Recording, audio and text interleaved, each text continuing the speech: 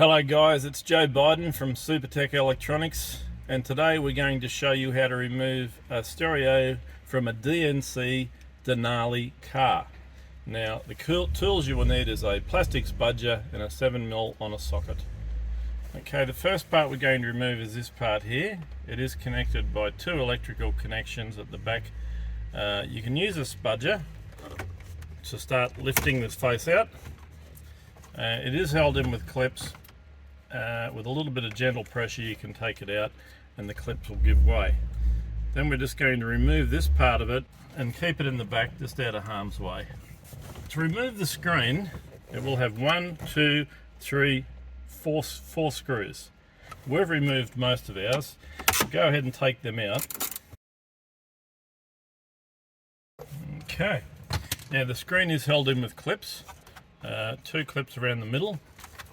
You'll need to once again release the screen from the clips, and it will be held in with 3 electrical connections. Just by pressing the middle pin and pulling it towards the front of the car, it will release. Same with that one, and this guy here. Okay. Now, if you want to send your screen to Supertech Electronics but don't want to be without your air conditioning, this part here will unclip and you can just plug it back in. And to do that, we've got some little clips that hold it all in. You need to just release those.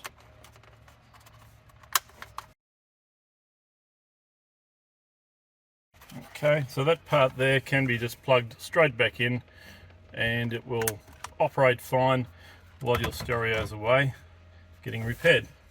Okay, now this is a converted car. Normally the HMI module would live down there. Being that it's converted, it's going to live behind the glove box. So we're going to remove the glove box in order to get to it. You will need a torque 15 screwdriver.